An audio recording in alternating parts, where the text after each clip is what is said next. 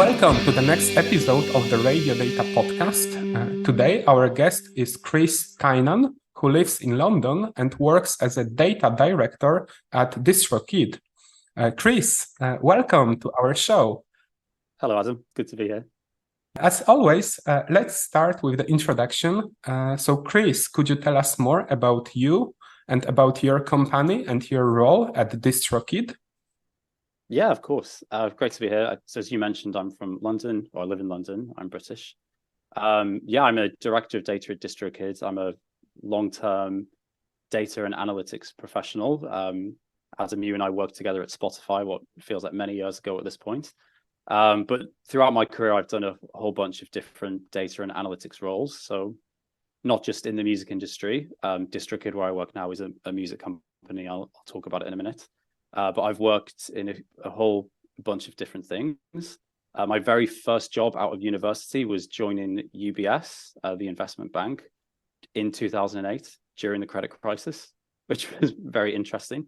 So I've had many years in the finance industry looking at algorithms, back when we called them algorithms and before we called them machine learning or AI. I've worked at music at Spotify, now at DistroKid, and I also had a stint working within the British government.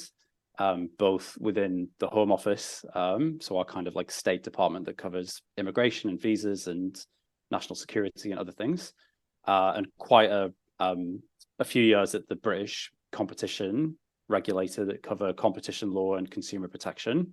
So particularly at this time we're in right now, very interesting intersection of technology and regulation, super fascinating. I've been at DistroKid now, my current employer, for about the last 4 months. I'm quite new to the role, but it's been really, really exciting. I'm really, really happy to be here. DistroKid is a distributor of music. It's a wonderful independent distributor of music. It's a tool or a service rather that any individual within the world can go to distrokid.com. You can go there right now. You can pay what is relatively a pretty small amount of money.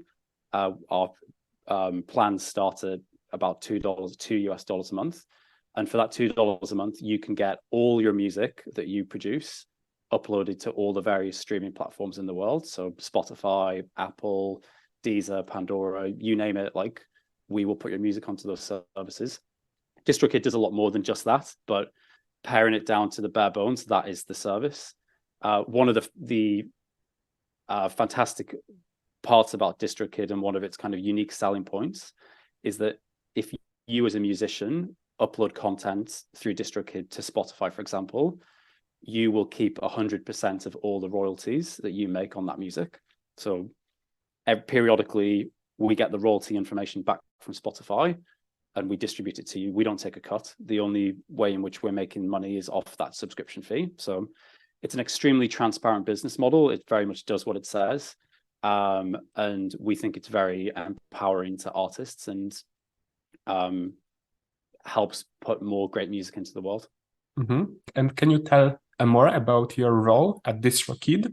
You mentioned that you are new at the company, but still we would be very happy to hear how your daily work looks like. Of course, yeah. So I joined DistroKid to be the director of data. DistroKid is not a particularly huge company given the amount of music we put into the world. We put a huge amount of music. I think we may even be the largest distributor of music globally if you kind of count it by the volume of content that we put onto the various services. Given that we don't have that many people, and the company has been around for quite a while. It's founded by an incredible individual called Philip Kaplan about a decade ago.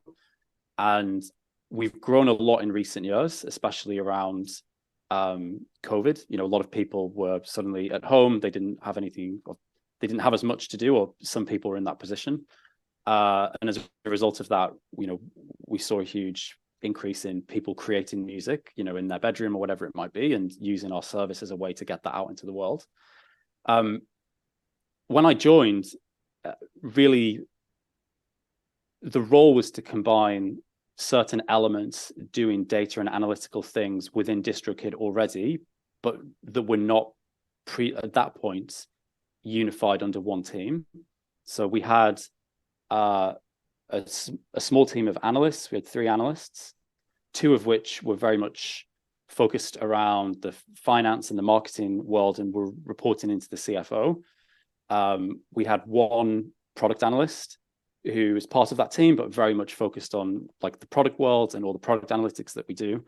And we also had 2 data scientists whose roles were very much supporting the operational side of what we do. So I mentioned, I alluded to the very large volume of music that comes through our service.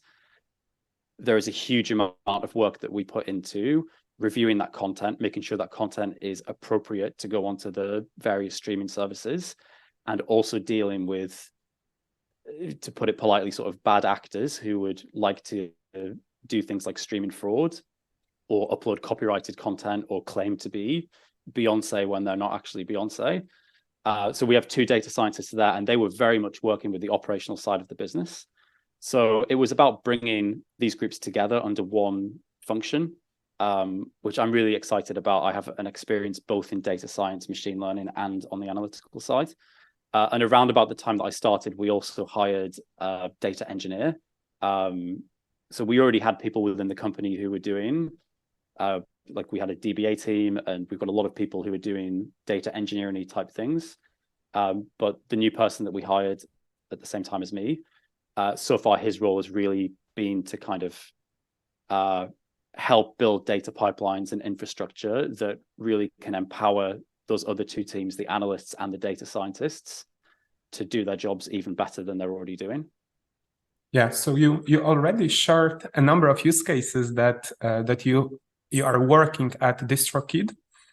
Could you maybe first tell us what type of data do you have and how you use that data to implement data science and machine learning algorithm? Sure. It's quite a broad question. We'll see what we can do. Yeah, so what is the most important data set that you have?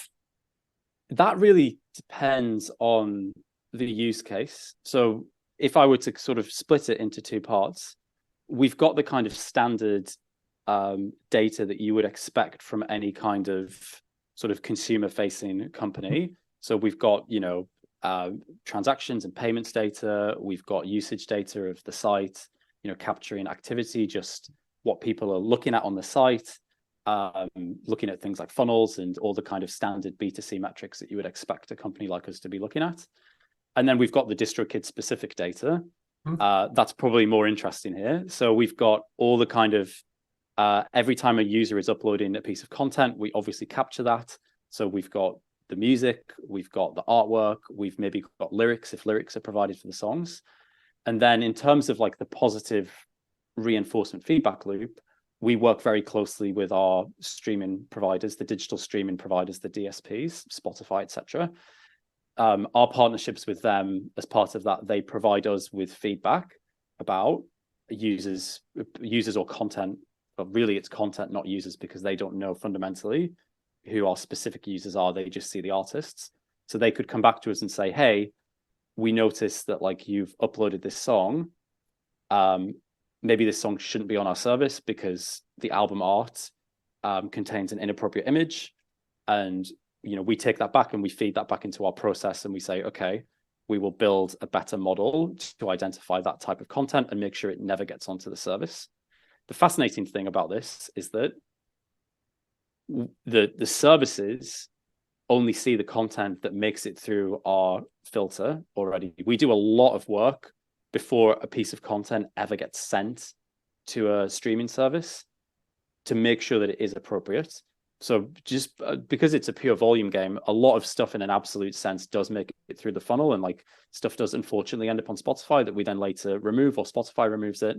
But compared to the amount of stuff that we capture before it even makes it to the service, it's much lower. So we do a really good job in that realm. And that is a combination of a degree of machine learning algorithms and other forms of heuristic algorithms, but also a huge operational effort and a lot of human in the loop interaction to make sure that things that we might identify or flag, a huge amount of them are still reviewed by a human being before they are either decided to go onto the service or not onto the service.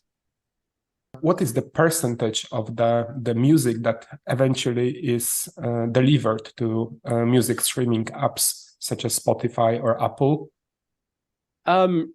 Definitely the majority of our content that people upload makes it onto the service. So it is the majority, quite a reasonable majority of it. But there is still I'm not willing to commit to a specific number just because of the sensitivity of it, but there is still a very substantive amount of content. You know, we're not talking like 99% makes it through, but we're also not talking like 50% makes it through. You know, we're somewhere in the middle of that where there is enough content being captured every week. And it is the role that operational teams play in reviewing the content along with the algorithms is super critical. You know, we've learned through the history of the business and the length of time that we've been here, we've developed a team that have got extremely good domain specific skills at quickly reviewing, processing content, and like being able to identify quite quickly, along with tools that we've built, identify, okay, this isn't something that should go onto the service. And as I say, they are flagging quite a lot of things every week. Also, some stuff gets flagged and it can be relatively benign, and it just requires the artist to change something. Maybe the lyrics are not formatted correctly, or maybe they just need to change the album art because they don't maybe realize that the art is not in a format that is appropriate for the streaming services. We try to provide that feedback as much as possible, but sometimes we have to kick it back to the user and say, hey, please make a change here. So I assume that there are good actors who would like to submit their music content to streaming apps, but for some reason it's not uploaded because maybe they use wrong lyrics, maybe they use wrong images, something that they are not aware of, or something that is not intentional. But you also mentioned that you have bad actors who claim to be an artist who they are not, or maybe they are using the content which they don't really own. So what do you look at to identify those bad actors? Yeah, the term sort of bad actor is definitely true. I mean, you can be within the realm of sort of music distribution and putting your music onto streaming services. There are a few different ways in which you can kind of be breaking the rules, so to speak. Things like uploading content that is, you know, under copyright by somebody else is a very sort of clear violation of copyright law in terms of service. There are solutions in place out there that do audio fingerprinting that, you know, we're able to leverage.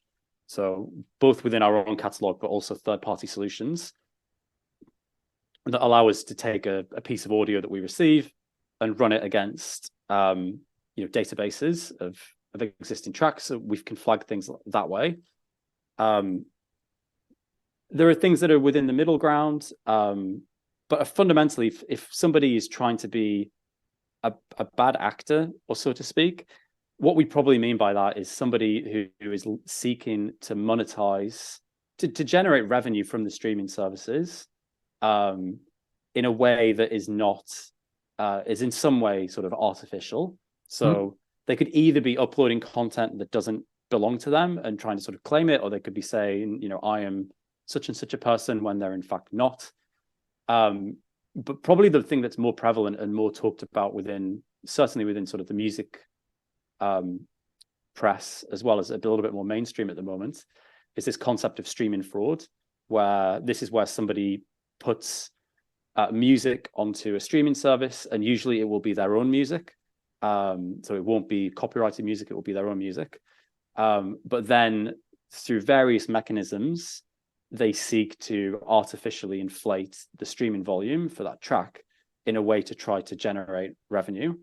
And this is not a new invention. Like, I'm sure, Adam, you and I both worked at Spotify. We remember the very famous Wolfpack story. Wolfpack were and are an incredibly popular, famous band who released an album of silence and then had their fans repeatedly listen to the tracks on that album. I think they were 30-second tracks, listen to them on repeat to generate royalties. It was kind of Yes. It was both a PR stunt, but also an illustration of the nuances of the payment model of how streaming services eventually pay their artists. But coming back to sort of DistroKid and our content, we work with the streaming platforms quite extensively to root out and identify that type of content. So we've got various mechanisms internally to try to mitigate this happening. Sometimes we're caught in a sort of ex post set of activities. So if we do find somebody who's been doing this, or if a streaming service does tell us that this is happening, we have the ability to kind of look at patterns of behavior, are other people using the same credit card, like that sort of thing, basically to work out exactly what the patterns might be. We do have a series of models that we've built that help us identify when we believe users are engaged in this type of content based upon a variety of historical factors.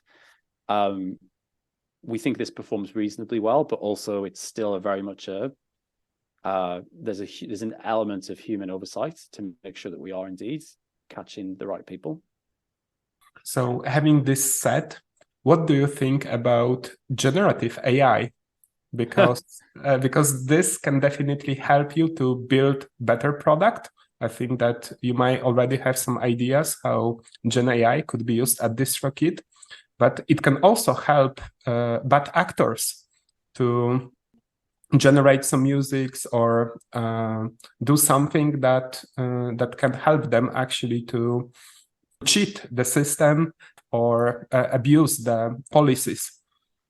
Yeah, it's a very interesting point. I mean, I think of it like many other leaps forward in technology. It enables a new set of creative expression.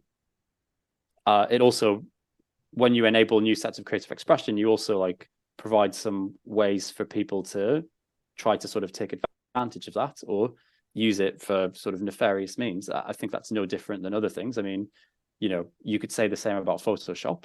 Photoshop is an amazing tool. It allows people to do great things. It's incredibly useful, but also it allows people to put fake images into the world. And the problems very often exist more not with the tooling in itself, but more with how the tooling is used by somebody and the types of actions that people do with it. And, we seek to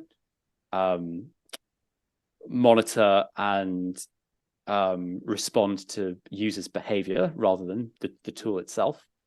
I don't think we take a particularly strong view at all about the nature of how the content is generated. I mean, I think within reason, like there are certain types of content, like pure sort of like complete white noise type content, or content which is essentially, for lack of a better word, sort of garbage. Like no human being would actually listen to this. And I think the streaming services are responding by kind of saying, we don't want this type of content on our service. And we, I think, also are respecting that. And, we do seek to be providing that to be sort of handled on our end. I do think that it is super interesting. We don't like have much of a handle on, did you use AI to kind of build this type of tool? I think there's slightly more like there's slightly more kind of borderline interesting questions around things like deep fake voices. So, these kind of sound alike voices and the degree to which that intersects with copyright law. I think we are very much an active like watcher of that debate and very interested to see where it goes. But I think when it comes down to it, at the end of the day, probably the big issues and the things for us to catch are probably there before generative AI and will be there after generative AI, which is still people trying to commit fraud. And they will do that with or without generative AI. I'm not convinced yet that we've seen much evidence that generative AI is something that will enable or is enabling sort of fraud or streaming fraud at a scale that didn't already exist beforehand. definitely you have a lot of data, so you can measure the impact of generative AI, the positive impact and the negative impact.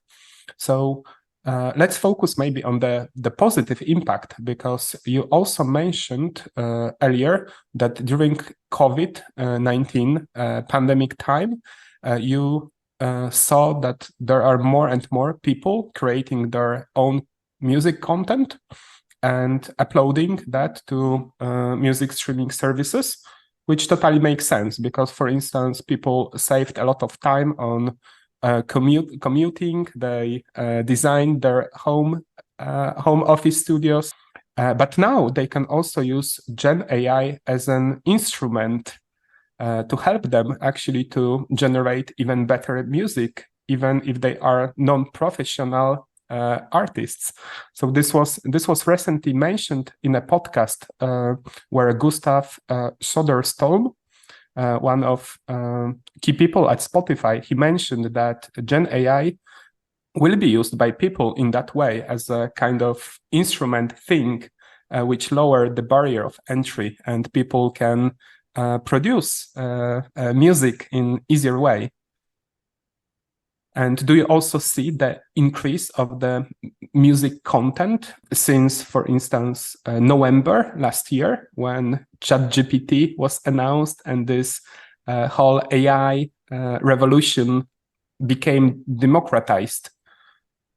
I think we've not seen the kind of sort of shift, like in the way that you might be sort of envisaging or describing. Sort of, it's not like we've suddenly sort of hugely spiked and we're on a different trajectory than where we once were. And I think that's not a huge surprise. I think it will take time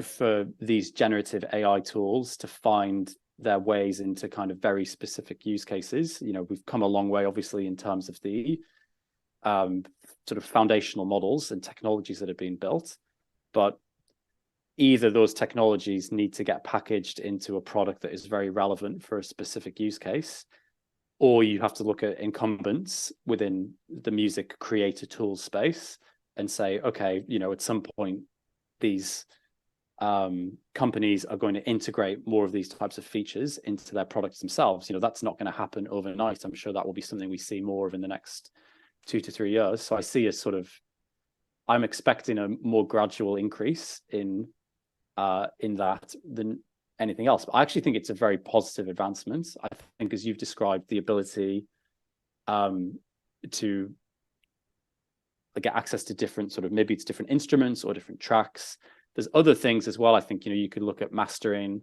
DistroKid has got since the start of this year, we've got a mastering product, which means if you upload a track and you sort of use our product to do this, it's a sort of a separate product that is billed separately at the moment. But if you use that product and pay for it, then we have a service that allows you to sort of master your track and hear what it would sound like.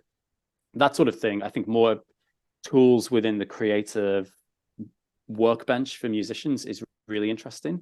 I am not a musician myself, so I don't want to overstep my knowledge of what those tools look like. But I think that sort of stuff is super interesting, and I'm sure we'll see more and more of that type of thing to help musicians produce, just better music, or even just to kind of generate ideas or to generate the creative process, whether that's musicians working in tandem with AI, whether that's sort of lyrics or ideas for sort of seeds of tracks. That sort of thing I think is super interesting.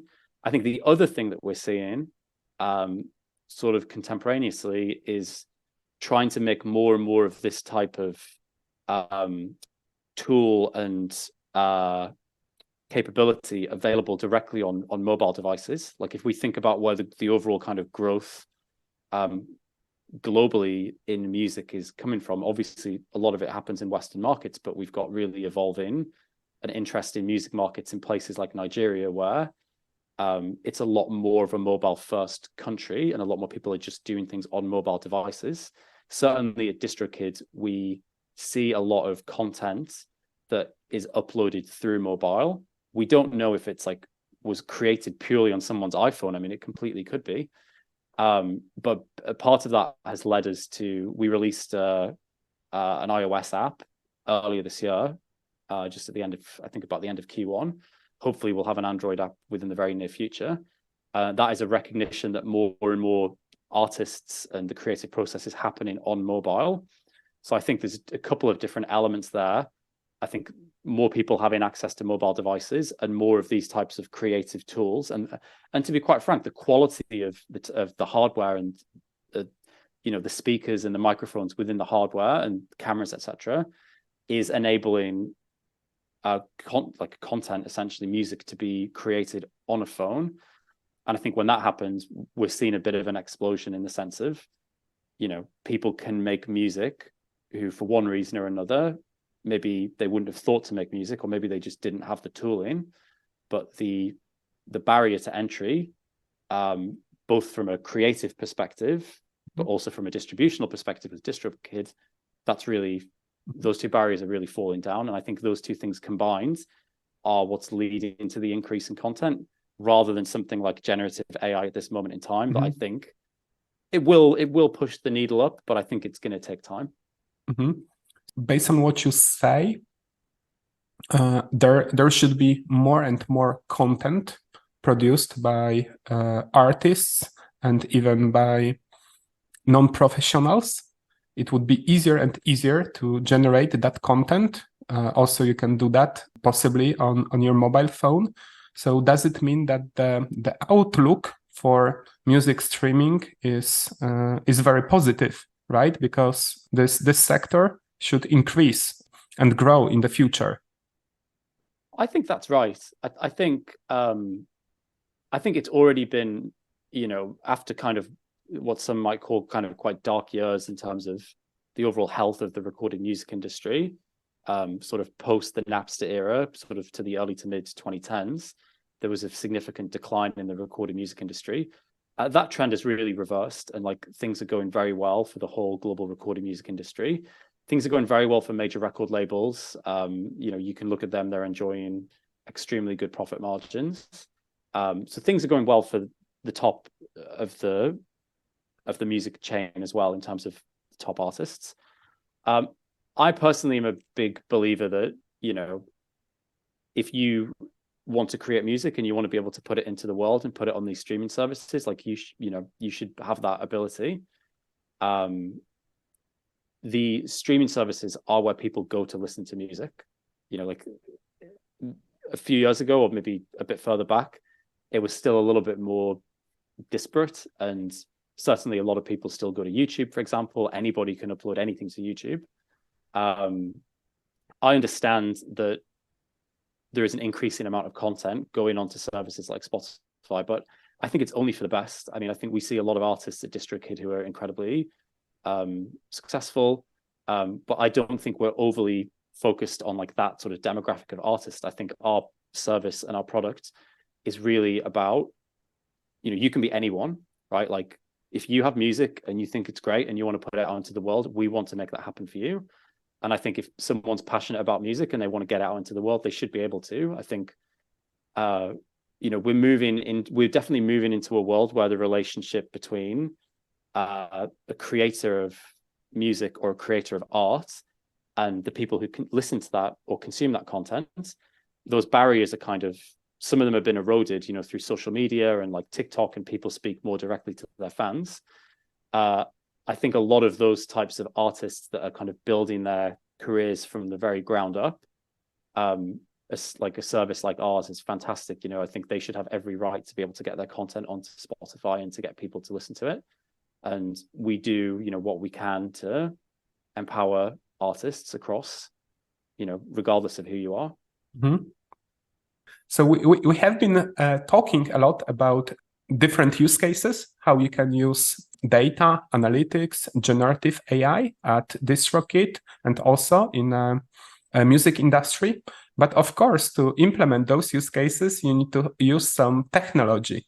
And can you share us a few words about the tech stack and machine learning toolkit libraries that you're using at DistroKid?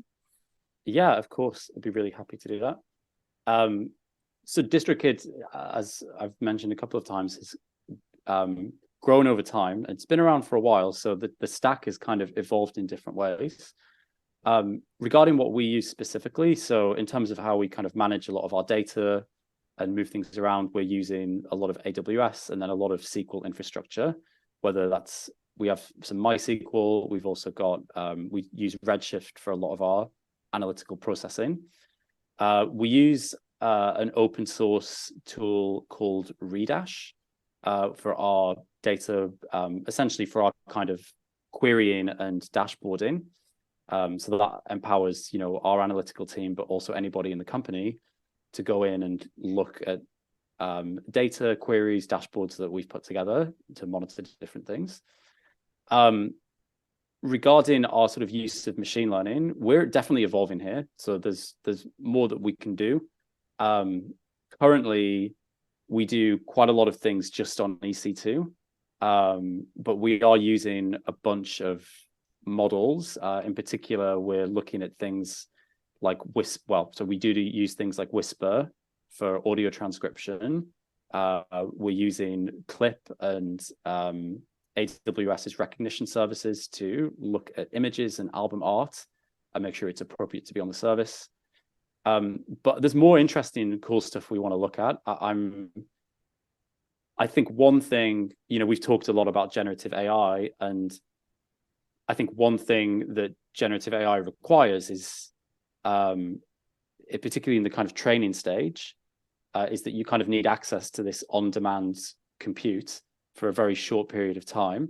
And it can be quite spiky, like you kind of need access to the compute and then you don't need it anymore for quite a long period of time. You kind of have your model artifact and then you deploy it. So we are looking at other ways, different tools and things we can do that. I'm super interested in the growth of sort of infrastructure as a service or, cloud compute as code. I'm very, very interested in the tools that have popped up around generative AI, things like Replicate or Hugging Face's infrastructure products that allow you to abstract away a lot of the managing of the infrastructure and just really pare it down to like the code itself. I think that's great because we're not a big company. We're not a big data science team. So anything that helps us abstract away managing of configuration and infrastructure is really interesting. I'm a big fan on a personal level of Eric Bernardson's Modal startup that just had their Series A. I've used that personally. I think it's amazing, the ability to just like plug some decorators into your code and access on-demand cloud compute and then spin up, machine learning models or whatever it might be as a webhook really seamlessly. So I think that stuff is super cool. And I want to, I'm very keen that we begin to use a lot more of that. But even at a more basic level, some of the work we have to do is in getting together better data pipelines and getting better single sources of truth about our data. We're introducing more and more complexity into DistroKid in the last 2 years as a result of our growth. I mentioned the mobile app. Suddenly, we no longer have like one place that we receive payments from. We now have 2 places. And we now have 2 devices that we need to do telemetry and usage statistics over. And, as you probably know, like going from sort of 4 to 5 platforms is usually not that big of a pain in terms of like evolving your data stack. But when you go from 1 to 2, you're suddenly like, oh, here are all these things that I've written or got set up that don't necessarily scale. And so some of that is we are actually just figuring out how to do that a little bit better. We're using the dbt core product to do some of that right now, and it's working quite well.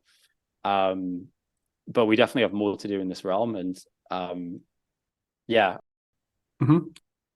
And I have the last final question, because you have been working at a number of music companies, such as Spotify, where we both work together, and also Eric Bernardson, who you mentioned in the previous answer.